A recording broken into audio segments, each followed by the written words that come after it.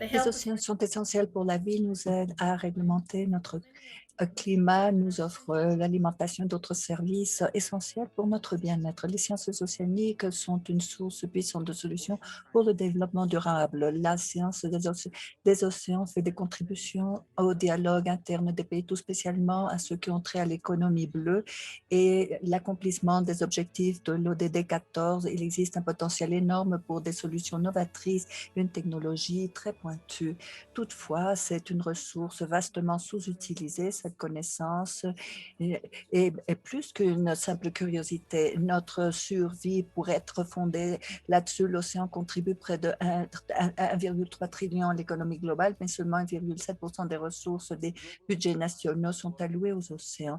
Le GOSR évalue pour la première fois la situation, les tendances et la capacité de recherche dans le monde entier. La deuxième édition de ce GOSR inclut de nouvelles mesures, l'information mise à jour et de nouveaux pays qui offrent des données, des informations pour notre rapport. Dans le rapport mondial sur les sciences océaniques, et qui peut aider non seulement les décideurs, les concepteurs de politique à comprendre qui fait quoi et quelles ressources on consomme, quels produits on obtient. Ce rapport, comme son prédécesseur, comme le rapport antérieur, souligne la distribution inégale et le manque de financement pour les sciences océaniques dans les régions et les pays, de même que les déséquilibres qui existent entre la représentation dans le domaine des sciences océaniques de femmes et d'hommes et de jeunes. La collaboration internationale est importante également dans d'autres domaines scientifiques. Le plus de collaboration scientifique, on verra dans les publications, plus de citations nous trouverons dans les médias. Durant la pandémie de la COVID, la science a pris de l'avant y ha pris de l'avance sur tous. Nous avons tenemos la biodiversidad y la transformación de las ciencias.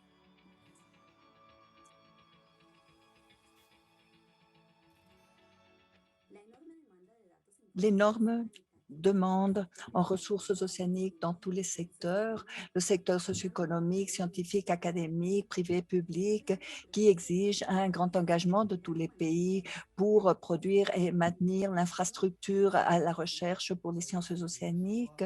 Je crois que la COI de l'UNESCO est le forum le plus important à la promotion de la coopération internationale. Il est très significatif que le GOSR 2020 ait été publié avant le lancement de la décennie des Nations Unies pour les sciences océaniques au service du développement durable. Le rapport et ses éditions futures sont essentielles. Il y a un outillage pour faire le traçage de nos activités. Il y a tellement pour nous mettre sur la bonne voie et c'est les sciences dont nous avons besoin pour les océans que nous souhaiterions voir.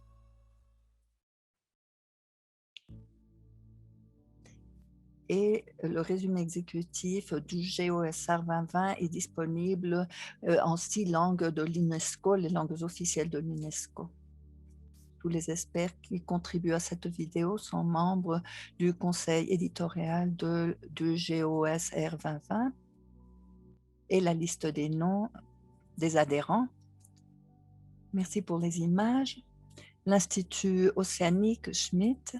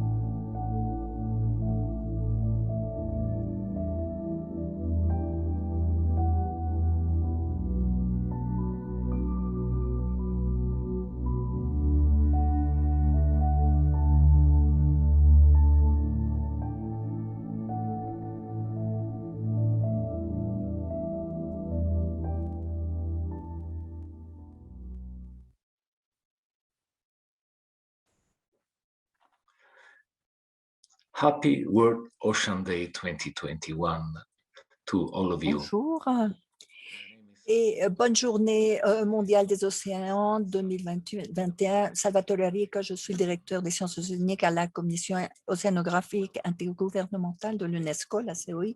Soyez tous les bienvenus au séminaire virtuel qu'on présentera aujourd'hui. Et je commence par faire quelques indications, quelques petites annonces. Ce séminaire sera enregistré, est enregistré. Vous aurez le service d'interprétation simultanée dans toutes les langues. Vous pouvez appuyer sur l'icône du globe pour choisir l'anglais, le français, l'espagnol ou le russe. Et vous pouvez éteindre, le mettre en off si vous tenez à suivre la langue d'origine. Alors, mettez votre nom, identifiez le panéliste à qui vous dirigez votre question, rédigez votre question. Pour faire vos questions, utilisez la section questions-réponses et non pas le chat. Vous avez au bas de l'écran questions et réponses. Utilisez également le chat si vous avez des accrochages techniques. Et nous pouvons démarrer. Dans les points saillants des sciences océaniques mondiales, je suis vraiment heureux de me retrouver ici et à l'occasion de ce séminaire virtuel qui va parler des points saillants du GOSR et les implications qu'il aura pour le transfert de la technologie marine ou TMT en anglais. Aujourd'hui, nous avons un panel vraiment impressionnant. Ce sont des personnes issues de différentes régions, de différents historiques, mais toutes ces personnes ont essayé de rendre opérationnelles les capacités des sciences océaniques et le TNT, le transfert de la technologie marine. Jacqueline Cou, qui coordonne la recherche. Jacqueline va commencer à faire la première présentation. Jacqueline est le coordinateur et elle va agir en coprésident du rapport mondial sur les sciences océaniques, le GOSR, les sigles en anglais, coordonnateur à la recherche, à l'Institut de la recherche et des pêches de Kenya, président des sciences marines de l'océan Indien occidental, le WIOMSA. Merci d'être ici, Jacqueline. Et elle va partager la première présentation avec Jean Metz, directeur de l'Institut marin de Flandre en Belgique. Et en plus, il est coprésident avec Jacqueline de GOSR 2020. Et sans plus, nous pouvons commencer avec la présentation de Jacqueline et de Yann.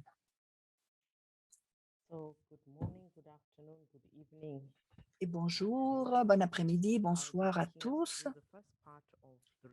Je vais vous guider dans cette première partie du rapport. Je suis coprésident de ce projet avec Yann et nous avons découvert quelques questions très intéressantes qui vont nous aider à visualiser les sciences océaniques au-delà de 2020. Ce rapport a été une tâche globale à gérer. Je viens d'Afrique. Pour moi, ça a été un honneur. 45 États membres ont répondu au questionnaire. Nous avons fait un sondage, une enquête avec un questionnaire, avec des analyses spécifiques, bibliométriques, technométriques et de genre et des sexes. Le conseil éditorial présidé par Yann et moi-même, le conseil était composé de 12 personnes, 5 femmes, 7 hommes. Nous avons dirigé une équipe de 35 auteurs, experts et des experts de toutes les sciences électorales de la COI, 19 personnes qui nous ont fait remonter leur retour d'information et nous leur sommes très reconnaissants pour leurs apports. Le document Et quand nous parlons que ce document a 250 pages, c'est une ressource essentielle pour les concepteurs de politique, les académiciens, d'autres parties prenantes qui essayent d'aller de l'avant pour parvenir aux ODD et l'agenda 2030 des Nations unies. Et de plus, nous avons un résumé exécutif très succinct et qui souligne les découvertes et les conclusions les plus importantes dans toutes les langues de l'UNESCO. Le rapport, vous pourrez le consulter à l'adresse du site qui est au bas de la page.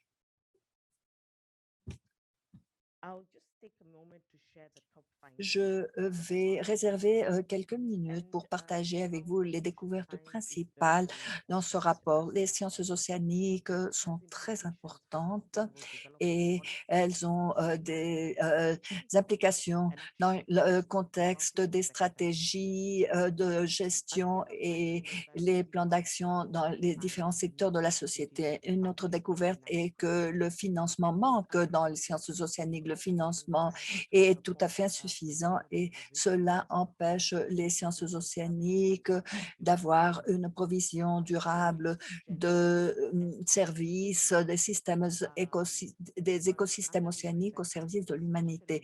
Les femmes ont une très faible représentation, tout spécialement dans les domaines très techniques et chez les jeunes scientifiques et les niveaux de soutien qu'on leur offre sont très différents. Cela dépend des pays. La capacité technique a une allocation inégale dans les pays. Et de plus, ce déséquilibre est provoqué par le financement ad hoc ou sur le court terme pour les sciences océaniques. Le nombre de publications des sciences océaniques continue d'augmenter, spécialement dans les pays de l'Est et du Sud-Est de l'Asie. Et quant à l'information et les données, on voit que les pays n'ont pas les équipements nécessaires pour pouvoir gérer les données qu'ils devraient partager et à offrir un accès libre à ces données. Ce process nous a offert une approche systématique pour mesurer les capacités des sciences océanographiques au niveau international et ceci est directement lié avec l'ODD 14.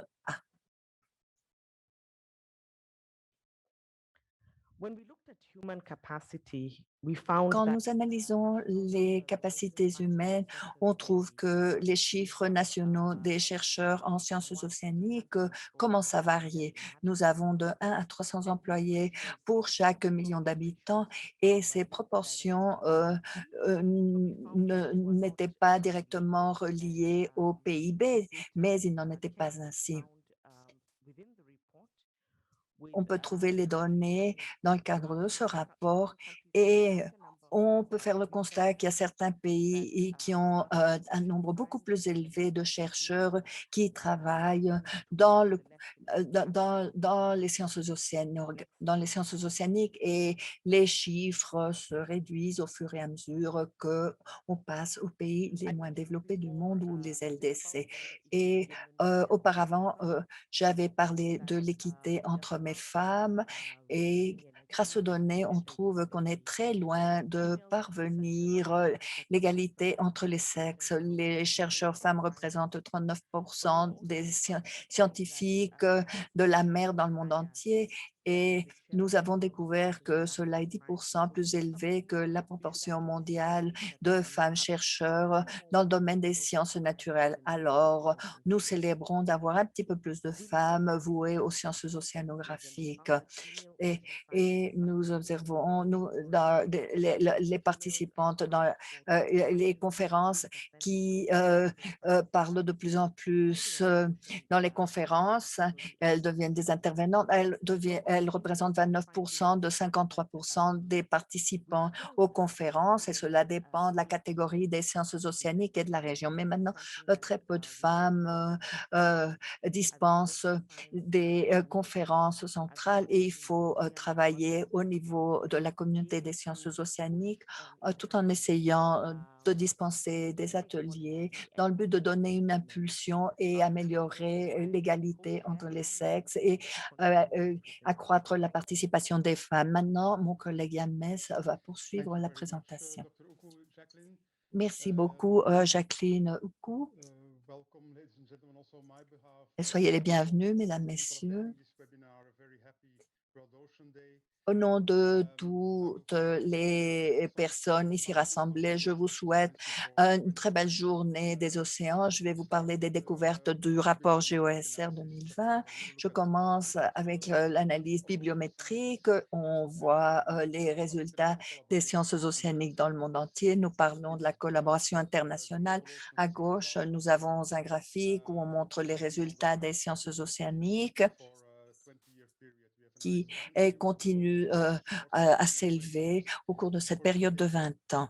Ce rapport a démarré il y a à peu près 20 ans. On a recueilli des données à cet égard et le nombre de publications sur les sciences océaniques a triplé durant cette période de 40 000 à 120 000. Et non seulement le nombre de publications a augmenté, mais également le nombre de magazines où les sciences océaniques et les rapports trouvent leur place et la publication. On voit maintenant une collaboration internationale. Également, les taux de publication. Voici un index qui mesure le nombre de pays où les scientifiques et les océanographes travaillent aux publications. Au centre, en bleu clair, de 2000 à 2005, nous avons une barre grise de 2012 à 2017. Et cet index, comme on peut l'observer, augmente quand on établit des partenariats internationaux et qui, à leur tour, augmentent. Et ces sciences océaniques concurrentielles sont encouragées grâce aux alliances internationales. Et non seulement on fait le constat d'une augmentation qualitative et quantitative, mais à la droite du graphique, on voit qu'il y a une corrélation entre ces copublications internationales et le facteur d'impact des magazines qui offrent ces publications. C'est une corrélation positive. Plus d'exposition internationale pour la publication et il est plus probable que les publications aient un plus grand impact. Et non seulement on analyse les résultats scientifiques, c'est-à-dire liés aux publications scientifiques, mais également pour la première fois dans cette édition du GOSR 2020, nous analysons technométriquement la période courant de 2000 à 2018. Et ici, on analyse la manière dont les technologies et les applications deviennent des applications pour la société. Nous analysons la classification internationale des brevets. Ce sont les données provenant des États-Unis, de l'Europe, de la Corée, du Japon et de la Chine. Et on observe également qu'il y a un bon nombre de brevets issus des sciences océanographiques et la plupart se retrouvent dans le domaine des technologies et applications pour l'atténuation et l'adaptation au changement climatique. Et cela fait partie de nos sciences, des sciences qu'on gère liées au changement climatique. Une autre barre importante au deuxième rang, il y a des investissements pour les navires de recherche, des équipements aquatiques et cela a augmenté et nous pourrons uniquement évaluer à la prochaine, que nous pourrons évaluer à la prochaine édition de ce rapport, le GOSR. En relation avec la technologie marine, ici, on présente l'exemple et une analyse des flottilles de recherche mondiale et on observe qu'il y a des inégalités à l'accès à l'infrastructure technique qui est nécessaire et essentielle pour les sciences océaniques. Les sciences océaniques et l'infrastructure sont distribuées de façon très inégale dans le monde entier. Le cercle représente le nombre total de navires de recherche que nous avons et que nous avons identifiés, près de 1000 navires, et on voit que près de la moitié de ces navires sont trop petits, moins de 10 mètres. Et Un quart de ces navires sont des navires côtiers entre 10 et 35 mètres et le dernier quart du cercle représente les grands navires qui opèrent au niveau régional, international et même mondial. Et nous avons une capacité assez limitée et à droite, on observe que la moitié de ces flottilles vouées à la recherche sont gérées par les États-Unis principalement et le Japon. Et dans d'autres régions du monde, d'autres pays au monde ont une accessibilité et à la recherche plus faible dans nos océans. Mais c'est les deux pays, le Japon et les États-Unis sont les pays les plus importants. Voici les investissements. On a demandé aux pays membres, on leur a posé des questions sur les investissements réalisés dans le contexte des sciences océaniques. Et il y a d'énormes différences, d'énormes écarts entre les différents pays. Ici, je présente deux graphiques. À gauche, les investissements en sciences océaniques et qui représentent le pourcentage des frais internes en recherche et développement. Et à droite, la dépense brute et le pourcentage du PIB. Et on observe ici que cela représente un pourcentage très élevé du PIB. Dans d'autres pays, ils atteignent un 3% mythique qui serait la cible et uniquement la République de Corée se rapproche à 4,5 ou à 5% même. Et si on observe le pourcentage de cette recherche, de cet investissement en matière de recherche et développement, 1,5% des budgets voués à la recherche sont alloués aux sciences océaniques. Le pourcentage de 0,03% à près de 12%, et c'est le cas du Pérou. Et on tient à souligner qu'il s'agit d'une proportion minuscule si on la compare à la valeur totale de l'économie mondiale et l'économie dans sa totalité.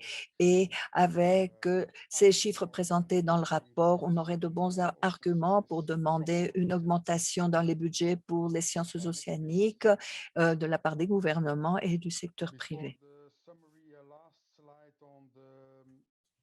Et avant de donner un résumé et une diapo des sciences océaniques pour le développement durable, on demande aux États membres si les sciences océaniques ont soutenu la gestion des ressources océaniques et du développement durable. Les pays disent qu'il y a des stratégies pour mesurer les accomplissements et voir comment l'ODD 14 était accompli, et sur la base des pays qui ont répondu, seuls 37 pays ont répondu, et de ces 37 pays qui ont répondu, plus de 70% ont des stratégies et une feuille de route pour parvenir aux objectifs de l'agenda 2030, mais seuls 21% comptent avec une stratégie spécifique ciblée sur les océans et l'ODD 14. Et voici un domaine où on pourrait encore faire mieux et faire plus. En conclusion, We end the Global Ocean Science Report 2020 et on a with achevé le GOSR 2020 et on fait appel à l'action. Il faut passer à l'action.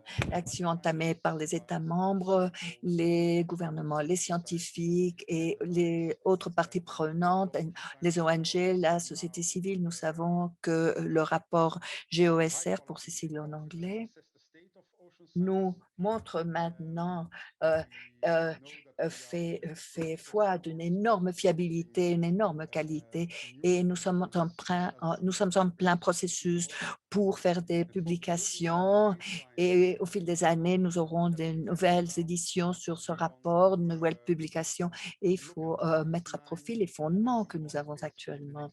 Et nous voulons tenir en compte ces 9 points d'action tels qu'on les montre sur l'écran et on fait un appel à toutes les parties pour qu'on évalue la situation des sciences océaniques et les sciences océaniques euh, dans la pratique et dans l'action. Il est important que les États membres mettent en place de bonnes démarches pour le recueil en continu de données comparables et qu'ils investissent dans le domaine des sciences océaniques.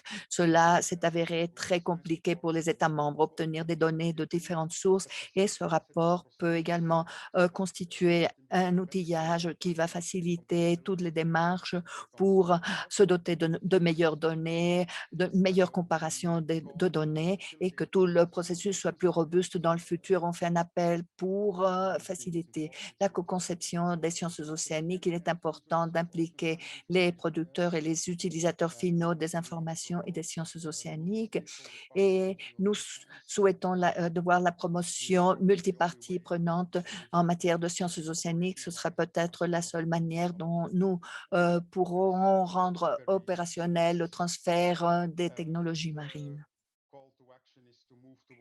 Le 5e appel à l'action et développer, renforcer les capacités et compétences en matière de sciences océaniques avec la participation égale de tous les pays, de toutes les tranches d'âge et en s'ouvrant à la connaissance autochtone dans ce contexte multilatéral. Tout cela est faisable. Nous devons développer des plans de mise en place stratégique pour porter soutien aux carrières des femmes et des jeunes scientifiques. Il y a beaucoup de travail à faire, comme Jacqueline l'a bien mentionné. Et les principes de la science ouverte sont très importants. Il y a encore énormément de barrières à l'accès aux données océaniques. Les données océaniques doivent être un bien commun de toute l'humanité. Nous voulons éliminer ces barrières et trouver des solutions pour que ceci devienne une réalité. Ici joue un rôle important le programme de l'IODE, promouvoir l'éducation, la formation des professionnels qui travaillent dans le cadre des sciences océaniques et au cours de la prochaine décennie, qui est de nombreuses personnes formées dans les différentes disciplines connexes. Et en dernier lieu, une recommandation spécifique, un appel à l'action pour évaluer l'impact de la COVID-19 et non seulement sur les humains, mais également sur les capacités techniques en matière de sciences océaniques, le financement durable. Nous savons que le rapport GESR 2020 a été une évaluation préalable avant la COVID-19 et nous avons eu la chance de changer certaines mesures et au cours du processus de travail pour la prochaine édition qui sera publiée à la mi-décennie des sciences océaniques. Alors, il faut se cibler sur les effets que la COVID-19 a eu et aura dans le contexte des sciences, le financement des sciences et le renforcement des capacités techniques. Et la dernière diapo avant de céder la parole au président est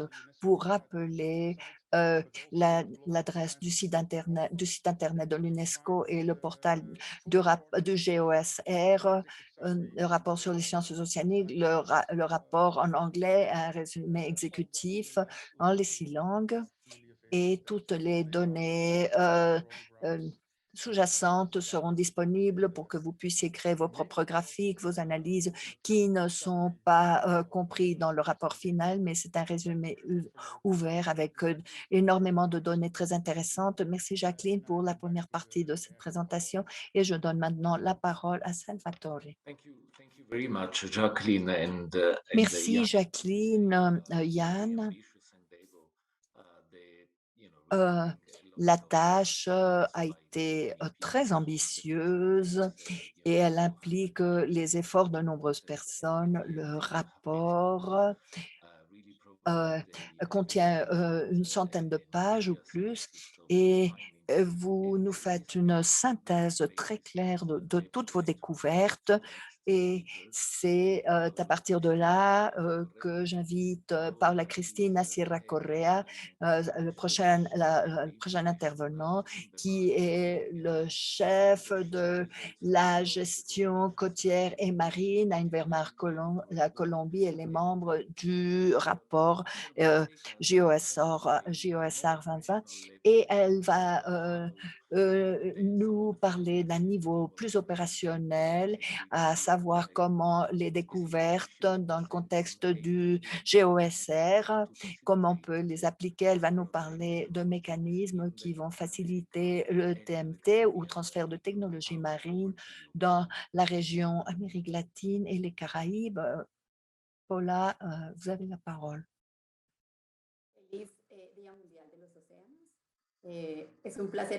Bonjour, c'est un plaisir pour moi de faire partie de ce panel. Aujourd'hui, je vais vous partager les expériences, comme Salvatore l'a mentionné, le mécanisme de facilitation pour avoir accès aux océans en Amérique latine et les Caraïbes. Voici un exemple dans la région, comment on a rendu les données disponibles, comment on a essayé de faciliter le transfert des technologies marines et contribuer également à ce que les États membres puissent travailler en faveur de notre GOSR.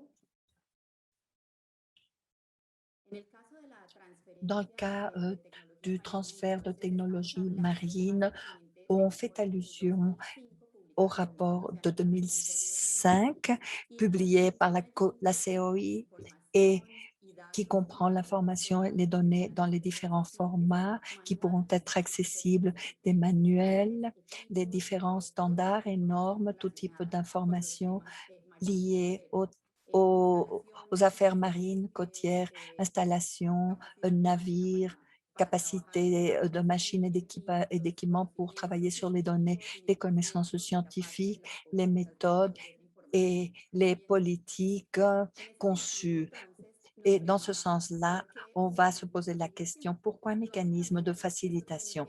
Et cela est lié à, euh, euh, à faire que cette information soit disponible et accessible, parce que généralement, les informations se trouvent dans les mains des chercheurs et des publications voudraient que les informations parviennent également aux décideurs et au processus décisionnel. Dans ce sens-là, le mécanisme de facilitation nous aide énormément à offrir aux utilisateurs intéressés et aux États membres un accès rapide aux sources pertinentes d'informations et à faciliter la coopération scientifique, technique et financière d'une façon efficace, à utiliser de façon adéquate, et même si les ressources manquent pour travailler dans les sciences océaniques, devenir un recueil d'informations qui pourra soutenir des rapports auprès des conventions sur le changement climatique, la biodiversité et les multiples conventions que nous avons déjà souscrit et par là même offrir une plateforme pour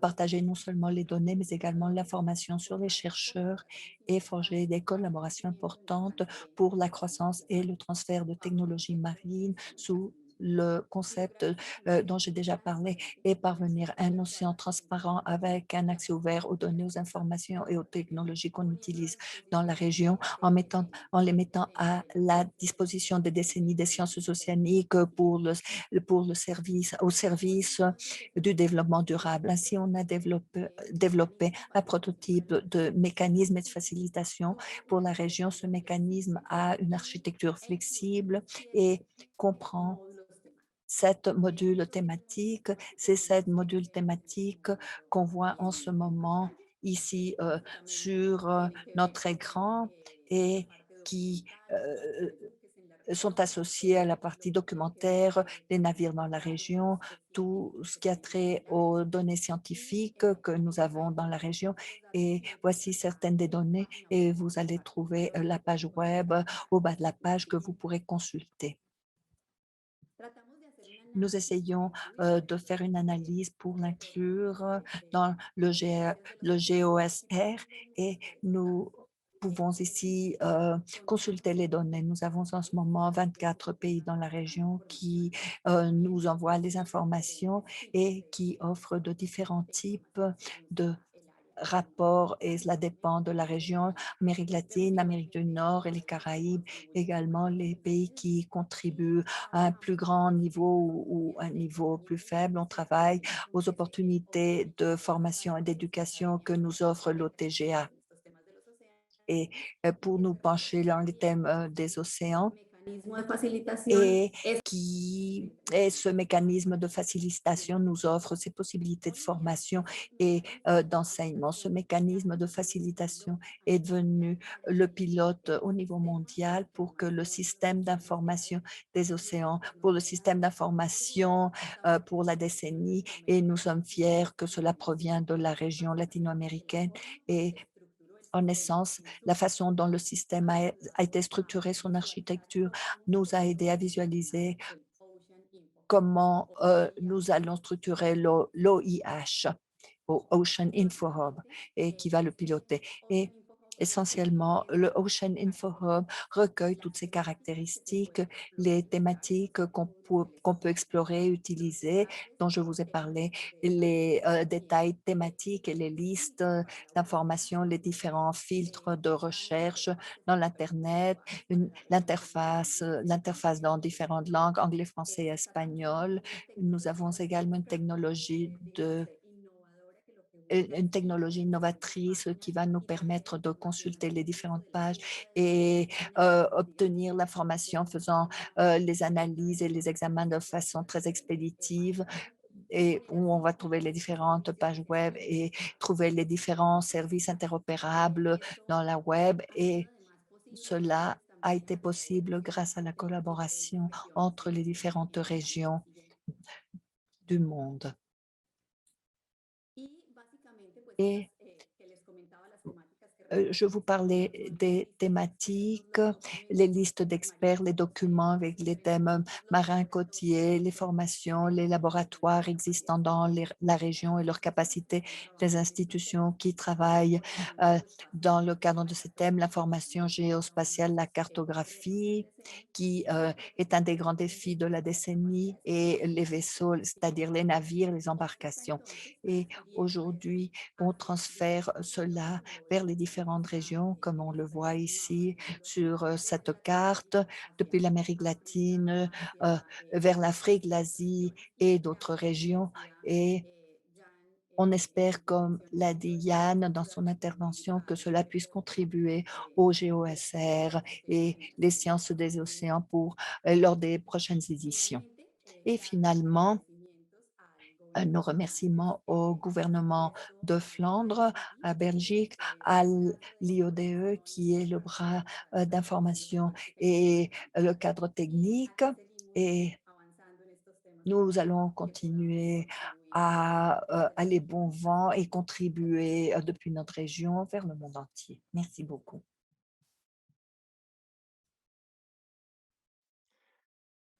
Thank you very much, Paula. Merci Paula. Merci pour cette présentation. Merci également à la présentation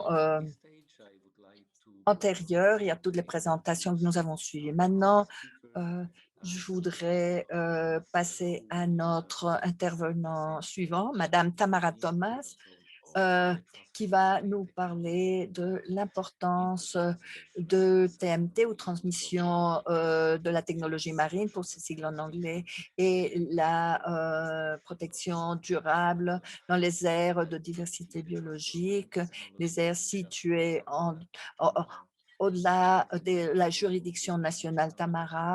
Madame Tamara est directrice de la politique océanique internationale et des relations gouvernementales dans la conservation internationale, Conservation International. Madame, vous avez la parole. Merci, Salvatore. C'est un plaisir d'être ici aujourd'hui. Et pour vous parler de l'importance de la TMT aux transmissions de la technologie marine et l'utilisation durable et la protection de la biodiversité située en dehors de la juridiction nationale. Alors, la suivante maintenant. Et je souligne uniquement que lors de l'intervention d'avant, on a parlé de l'importance de la TMT ou transmission de la technologie marine, la préservation et la protection de la biodiversité au-delà des juridictions nationales et avoir un mécanisme de facilitation. Maintenant, nous allons faire une analyse en profondeur de cette biodiversité située en dehors de la juridiction nationale. Comme on l'a bien dit, la technologie marine et sa transmission et le transfert par le biais d'un mécanisme de facilitation est d'extrême importance pour les domaines au-delà des juridictions nationales. Mais avant de nous pencher sur ce thème, je vous fais un petit aperçu. L'accord BBGN, la diversité biologique située en dehors des juridictions nationales, la BBJN, qui est basée sur la Convention des Nations unies sur le droit de la mer et le UNCOLOS, pour ces sigles en anglais. Et dans ce contexte, le secrétariat, la division des affaires océaniques et du droit de la mer, et ce sigle en anglais, DOALOS. Et cet accord se trouvera sous la tutelle de ces principes du CNUDM ou ou UNCLOS en anglais. La technologie marine est très importante, comme on l'a déjà indiqué, comme l'a dit Paula, comme l'ont dit Yann, etc. Ce mécanisme est un des grands éléments cruciaux pour les négociations qui seront entamées dans les aires en dehors des juridictions nationales. Pour vous faire un historique, cet accord BB NJ, négocié en ce moment, a été lancé par une série de groupes de travail, des réunions préparatoires. Nous avons tenu 4 réunions préparatoires et de plus, nous avons rassemblé plusieurs éléments et qui auraient été discutés lors des réunions préparatoires. On a fait un appel pour avoir une conférence intergouvernementale au sein des Nations unies, représenté par l'IGC en anglais. Nous avons tenu 4 réunions. IGC 1, 2, 3. La 4 n'a pas encore été tenue. L'IGC 4 aurait dû être tenue en août, mais il semblerait qu'elle va être remise et reportée pour l'année prochaine. Et on est anxieux de voir la conclusion de ces réunions, de ces actions. Nous avons ici la voie qui nous mène à nous doter d'un instrument juridique contraignant au niveau international pour la protection et l'utilisation durable de la biodiversité marine dans les zones en dehors des juridictions nationales. Il y a plusieurs bulles, plusieurs cercles ici. L'importance de transfert de technologie marine et qui a joué un rôle essentiel. Et on continue, diapo suivante. Nous avons ici l'accord mondial ou le forfait qui a été accordé pour les pays, le renforcement des capacités et le transfert de la technologie marine qui joue un rôle important. Ici, aucune des sections ne pourra être négociée individuellement. Il faut le négocier en forfait. Le transfert des technologies marines doit être considéré sous la vision des ressources marines, l'importance des ressources marines, les impacts environnementaux, l'évaluation des impacts environnementaux et les outils pour la gestion des aires marines protégées et le renforcement des capacités et le transfert de la technologie marine qui sont essentiels pour garantir que ces démarches et ces négociations puissent conclure sur un accord qui va garantir la protection de la biodiversité dans les zones du large. Les aspects importants du renforcement des capacités comprennent les capacités, compétences humaines, la technologie, la gestion des données, parmi bien d'autres éléments. dans la région ou dans le contexte de l'Amérique latine. Et les Caraïbes, on reconnaît qu'il existe encore de très nombreux fossés et écarts. Il y a des besoins tels le mécanisme de facilitation et ces besoins se ressemblent. Le monde se doit de trouver des solutions pour satisfaire les besoins existants au niveau mondial, les besoins de développement pour le déploiement du transfert de technologies marines et qui, par la suite, va contribuer au déploiement à succès de tous ces différents éléments. La COI va concevoir des directrices sur les sciences, les technologies et la capacité pour renforcer les compétences au-delà des sciences océaniques et les connaissances. Comme on l'a déjà dit, les sciences océaniques.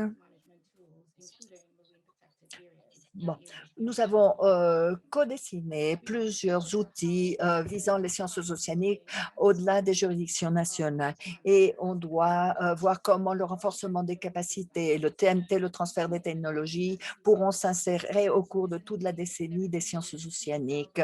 Il existe le besoin de surveiller et de les évaluer, de les surveiller dans le futur.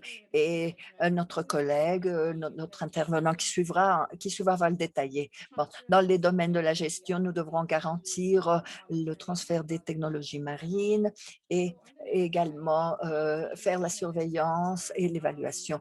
Et dans la diapo suivante, nous allons nous poser une question. Que signifie exactement le transfert de la technologie marine et que signifie cela dans le cadre de la diversité biologique située en dehors de la juridiction nationale? L'accord qui devra aider à promouvoir les sciences dans les pays en développement.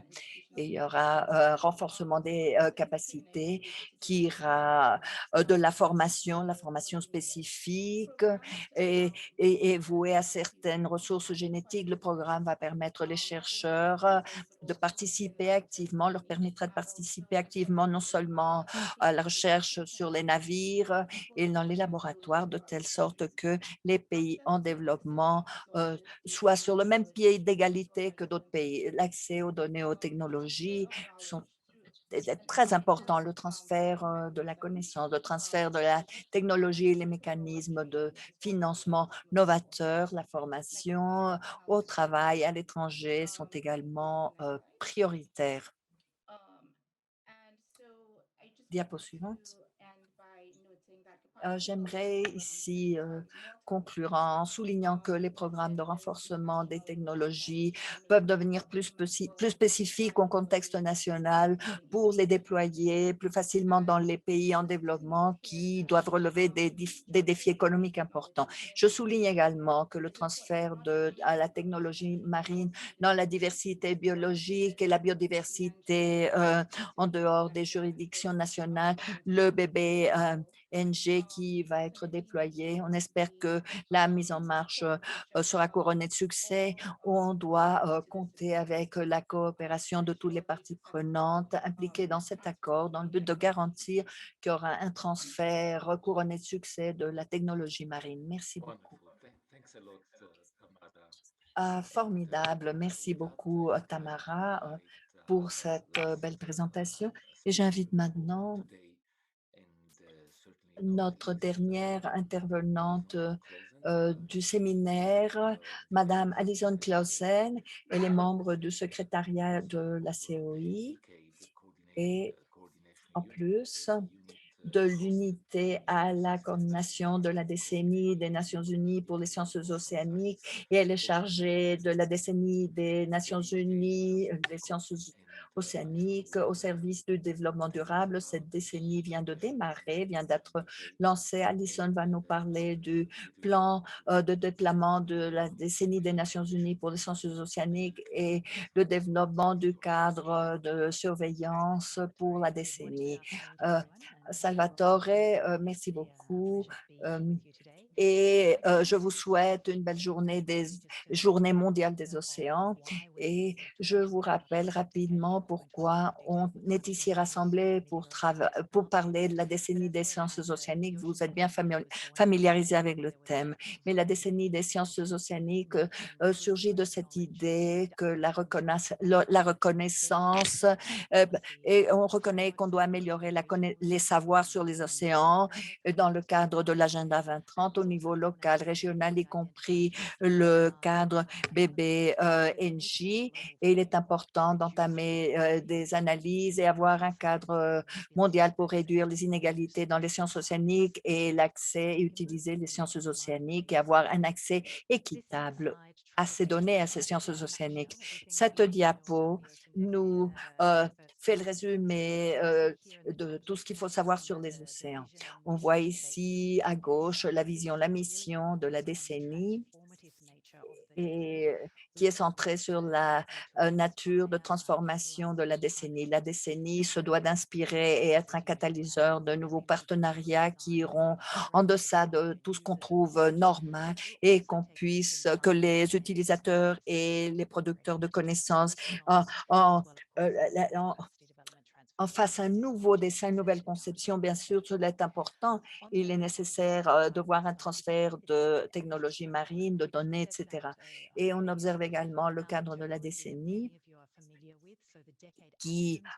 bon, j'espère que vous serez familiarisés avec la terminologie, les actions de la décennie, les programmes, les projets de tous les alliés au monde qui vont les déployer. Aujourd'hui, c'est une journée très importante car nous venons d'annoncer le premier ensemble d'actions soutenues pour la décennie et le lien à cette annonce, vous le retrouverez sur le chat. C'est la première action soutenus et promus qui vont contribuer aux objectifs de la décennie et pouvoir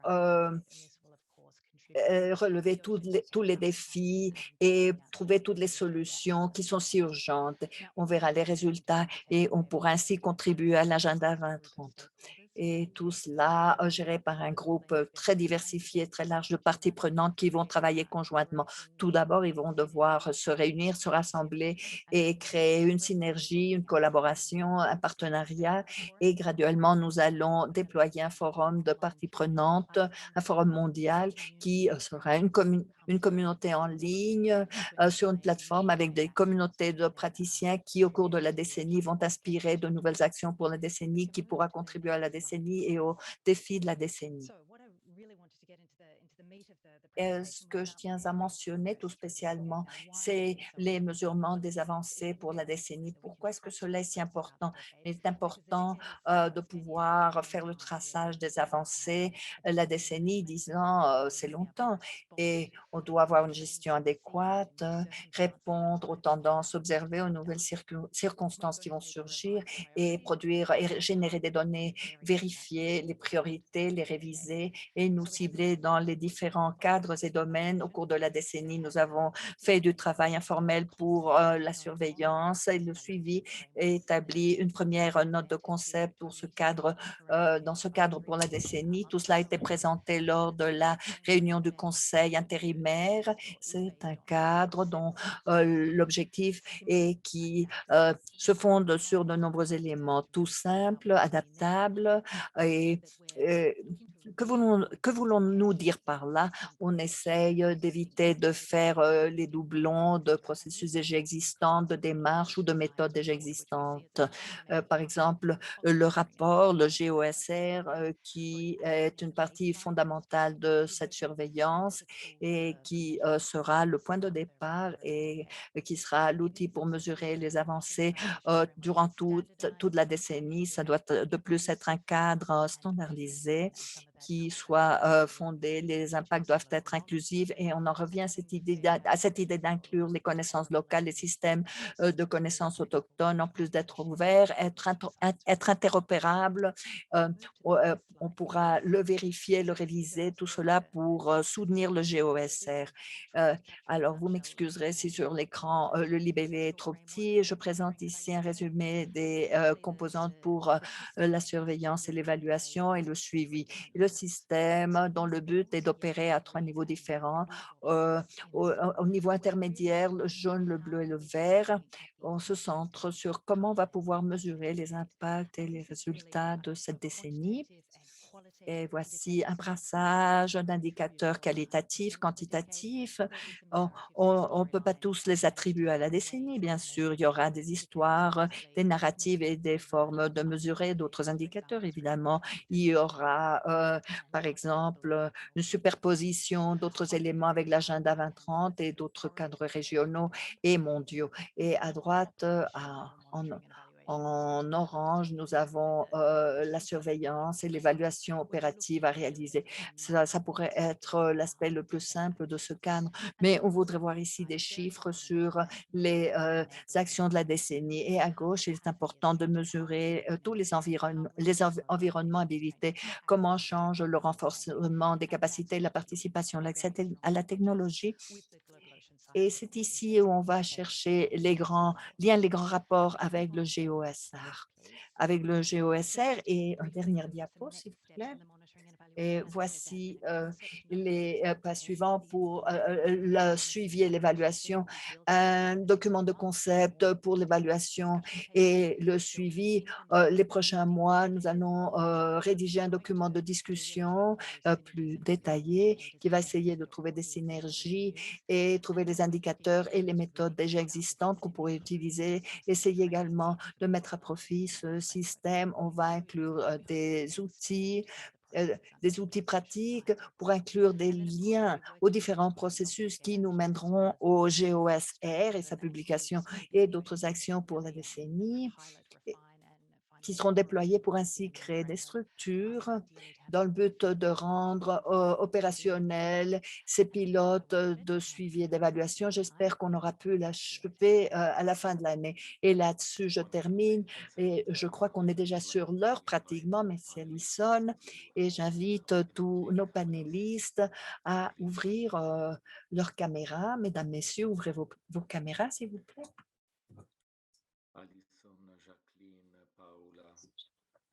Alison, Jacqueline, Paula, Tamara, Yann. Yann nous manque encore et j'espère qu'il va joindre à nous dans quelques secondes encore. Oui, bon, nous n'avons plus tellement de temps, on est pratiquement sur l'heure, mais je crois qu'on devrait réserver quelques minutes pour repasser quelques thèmes très importants. Bon, voici une narrative formidable. Nous avons déjà un fondement très solide qui met en exergue quelques inégalités fondamentales.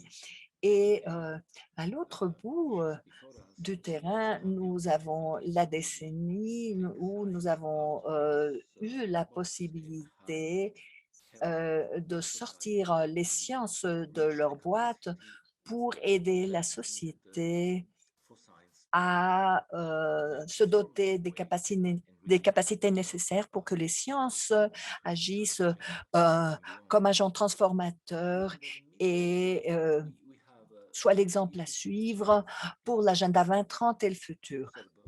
Bon, pour l'instant, nous avons dû gérer et faire face à des situations techniques, quelques difficultés techniques,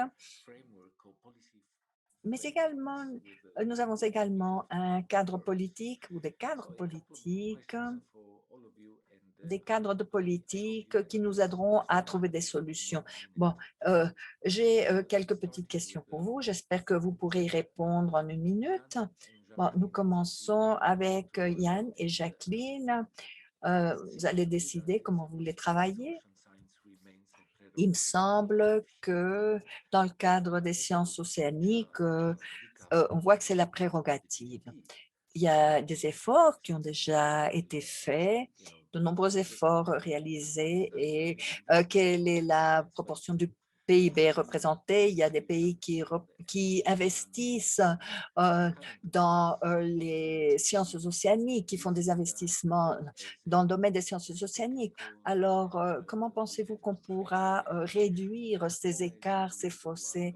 Est-ce que cela est lié à l'éducation, à la formation, à la politique ou à tous ces éléments? Jacqueline, s'il vous plaît.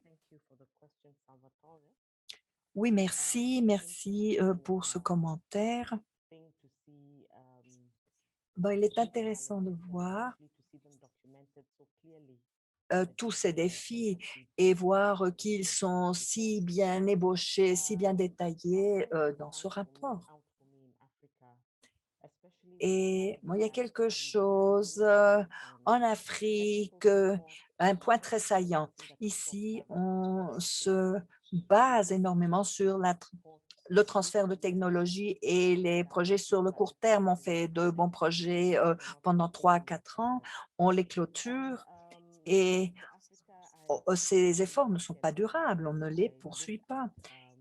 Et quand quand je vois l'Afrique, je cherche des opportunités pour mettre à profit la philanthropie, même dans notre propre contexte, trouver des chances et des opportunités pour améliorer les sciences océaniques.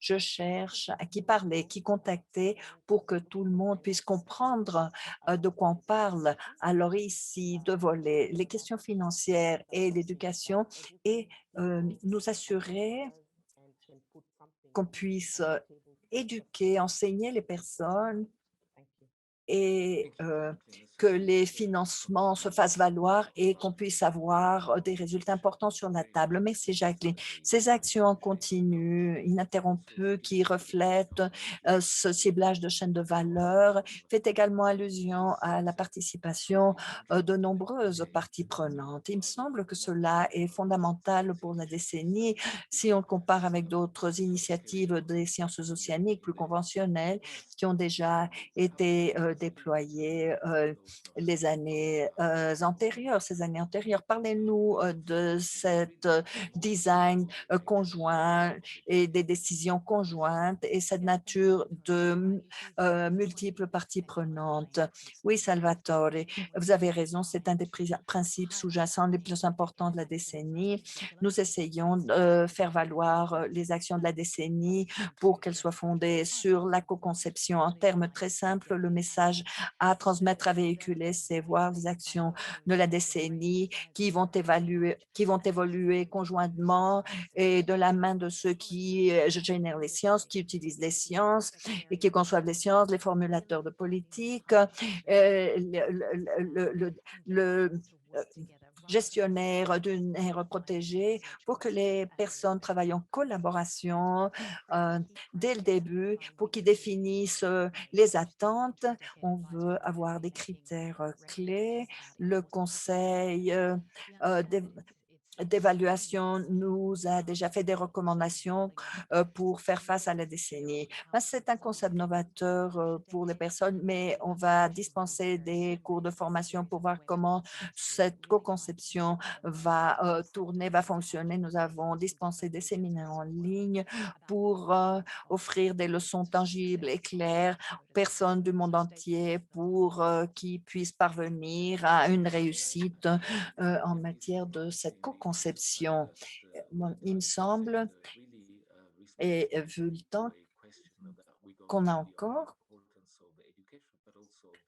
nous avons une question sur l'importance de l'enseignement, l'éducation et faire et comment relier les sciences à toutes ces questions que vous soulevez. Tamara, vous avez parlé biodiversité, protection, conservation et les nombreux usages des ressources des océans, mais la dimension politique de ces processus et les questions portant sur les zones en dehors des juridictions nationales semblent être prioritaires.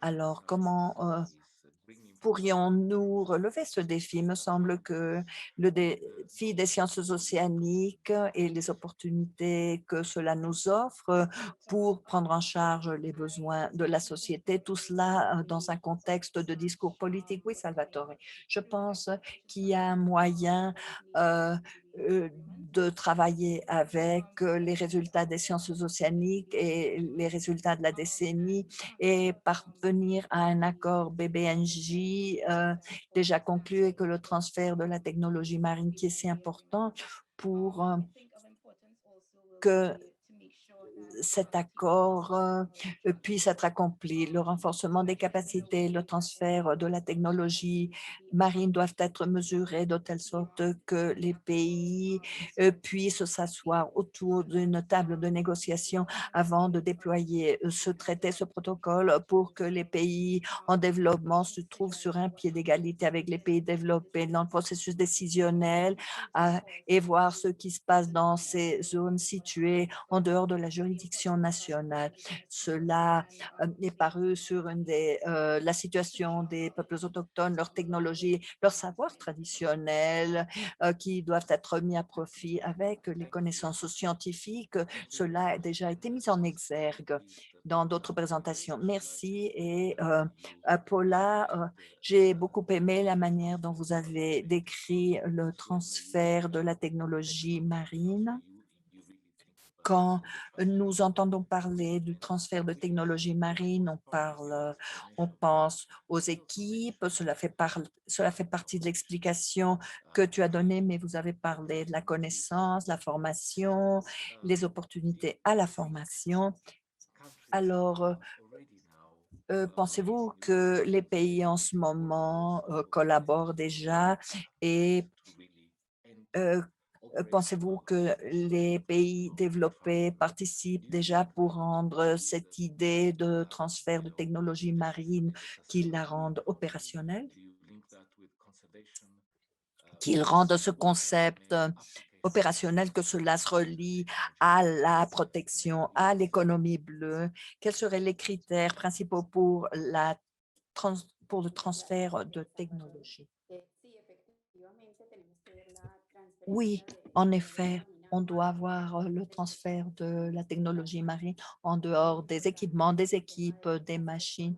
Le thème des personnes, des institutions est essentiel. Les capacités des personnes, comme l'a mentionné Tamara il y a quelques instants, pas seulement la connaissance scientifique, mais les connaissances traditionnelles. Nous avons énormément de connaissances dans nos régions qui n'ont pas été exploitées. Les pays collaborent en termes de capacité, en termes professionnels, des masters, des doctorats, mais nous devons augmenter les niveaux des techniques, des technologies. Cela est très important.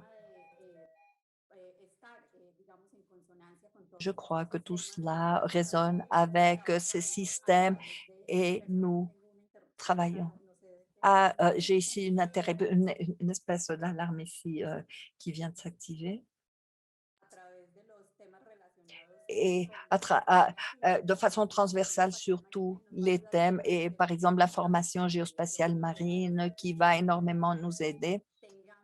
Et il faut avoir une cartographie mondiale de nos fonds marins et je crois que le transfert de technologie est tout à fait essentiel à ces processus, évidemment impliquer chacune des régions, chacune des régions et chacune des localités. Merci beaucoup, Paula. Alors, si vous me permettez, euh, euh, je clôture la session. Je remercie tous les panélistes. Jan Mes a dû nous quitter pour participer à notre webinaire et je tiens à ajouter qu'il y a 2 autres messages et des conclusions sur les découvertes, mais c'est un thème qui exige plus de réflexion et des actions plus robustes. C'est la question de l'égalité entre les hommes et les femmes et les jeunes. Et on espère que les sciences océaniques et les thèmes de développement pourront et que les dimensions des sciences océaniques pourront être étayées et qu'on leur donnera une impulsion. Les ressources seront également partagées avec nos participations et nous voulons mettre à profit ces ressources. Je remercie les panélistes, les intervenants, les organisateurs de ce séminaire virtuel et je vous souhaite une très belle journée mondiale des océans. Toutes mes félicitations.